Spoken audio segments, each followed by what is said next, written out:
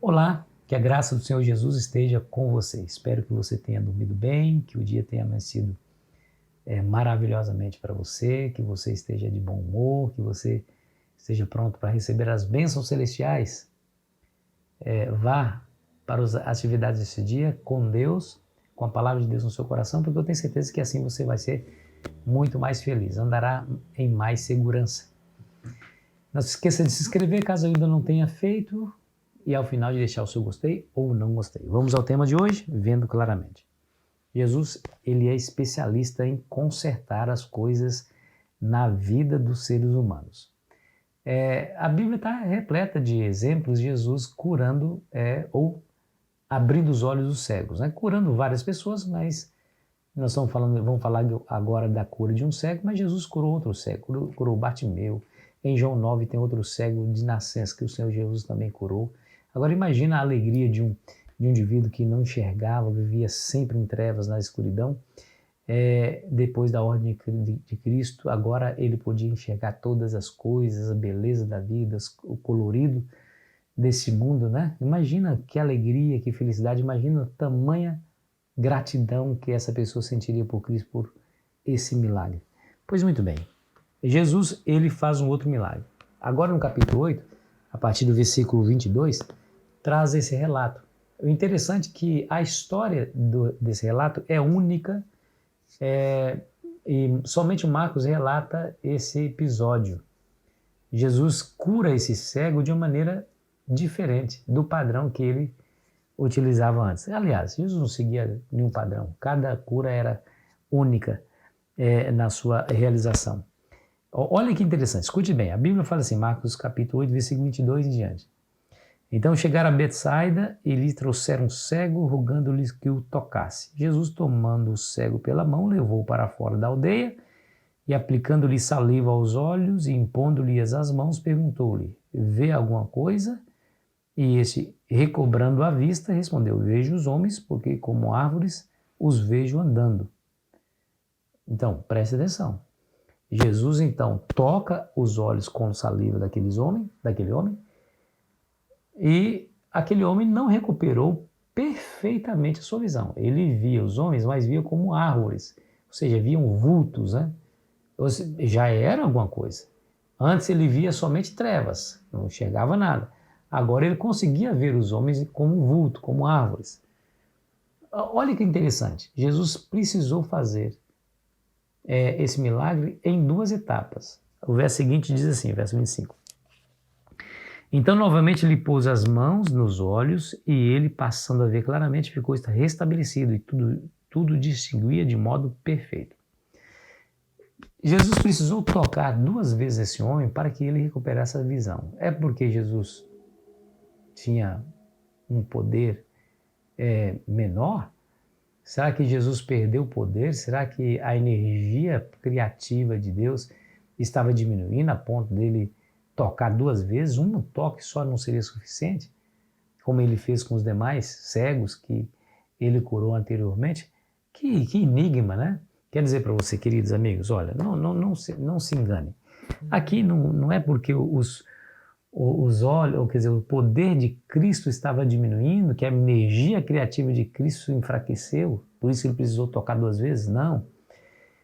Jesus, nenhuma parábola feita por ações, ele está nos ensinando. Por uma parábola feita por meio de ações. O que ele quer nos ensinar com isso? Que o desenvolvimento, quer dizer, o milagre é um processo que que nos leva a um desenvolvimento. A Bíblia fala que a vereda dos justos é como a luz da aurora, que vai clareando mais e mais até ser dia perfeito. Ou seja, o indivíduo não é um devasso no dia e passa a ser um santo no outro dia. Nós estamos galgando o caminho da santificação. A escada da santificação nós caminhamos todos os dias, subimos degrau após degrau.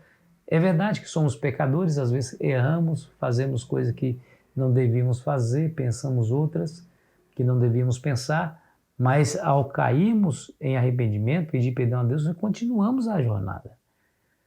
Ele está dizendo aqui, como se ele estivesse dizendo aqui para nós, né? O milagre é um processo e eu quero que você passe por ele. O processo também é importante, não somente o resultado final do milagre, mas o processo do milagre é importante, né?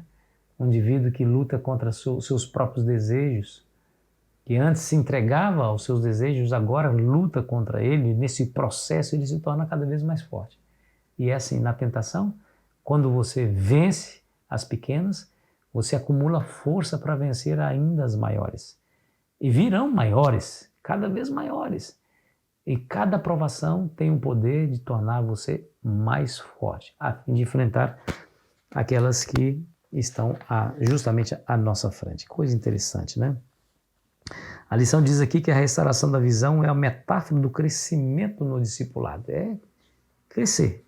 Nós estamos crescendo, né? Muito bem. Os professores gostam de fazer muitas perguntas aos seus alunos porque eles sabem que isso destrava a compreensão.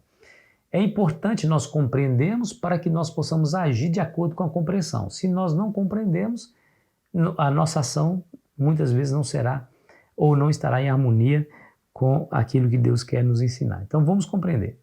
Jesus, então, no capítulo 8, chega ao ponto decisivo, e aí tem três características que confirmam isso. Primeiro, Jesus perguntou sobre a sua identidade. Ele nunca tinha feito isso. Ele perguntou, e vocês? O que os homens dizem quem eu sou? Eles responderam várias coisas lá, mas Jesus olhou para eles e disse assim, mas eu quero saber de vocês. E vocês, o que vocês pensam? Essa foi uma pergunta direta de Cristo. A segunda, Pedro foi a primeira pessoa não possuída por demônios que reconheceu que Jesus é o Messias. Isso aqui é significativo, porque os demônios reconheciam, bem sei quem tu és, o Santo de Deus. Lembra daquele endemoniado que caiu aos pés de Cristo? Dentro dele havia uma legião de demônios, os demônios disseram isso? Pois, agora, no capítulo 8, Pedro é o único que não era endemoniado a reconhecer que de fato Jesus é o Messias. E terceiro, logo após essa revelação de quem é Jesus, ele começou a explicar para onde ele estava indo, que é justamente para a cruz. Interessante, né?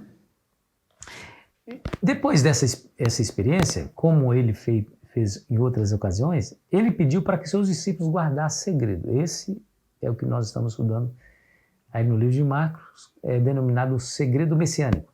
Não conte a ninguém quem eu sou. Ele perguntou, ele afirmou, ele não contradisse os discípulos quando disseram que ele era o Messias, no caso Pedro, manteve a convicção deles acerca de que realmente ele era o Messias, mas ele logo pediu, não diga a ninguém.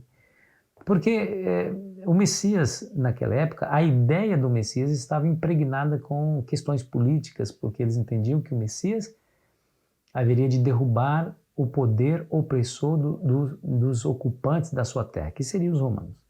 Então, declarar-se Messias era se colocar numa situação arriscada relacionada com o Império Romano, que poderia desbaratar o movimento e acabar com Jesus antes que ele ensinasse tudo que deveria ensinar.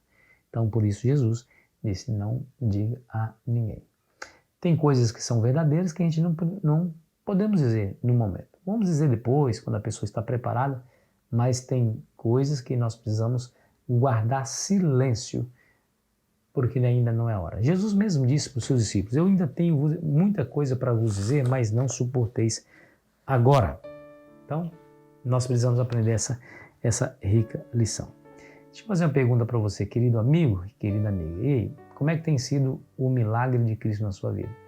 Você tem sido paciente para suportar o processo, como aquele cego que Jesus teve que tocar 2 vezes nele? Ou você tem sido impaciente a ponto de não enxergar a ação de Deus nas pequenas coisas que está ajudando para o seu desenvolvimento? Nunca se esqueça disso.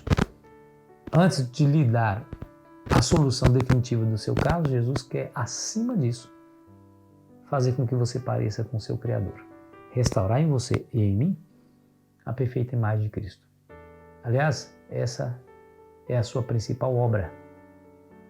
Acima de fazer milagre. Se precisa fazer milagre, vai fazer. Mas não se esqueça. Tão importante quanto chegar lá é o caminho que nós percorremos. E Deus quer que você o faça com paciência, a fim de que você se desenvolva. Ore comigo. Pai querido, nos ajude a entender essa lição e a ser paciente,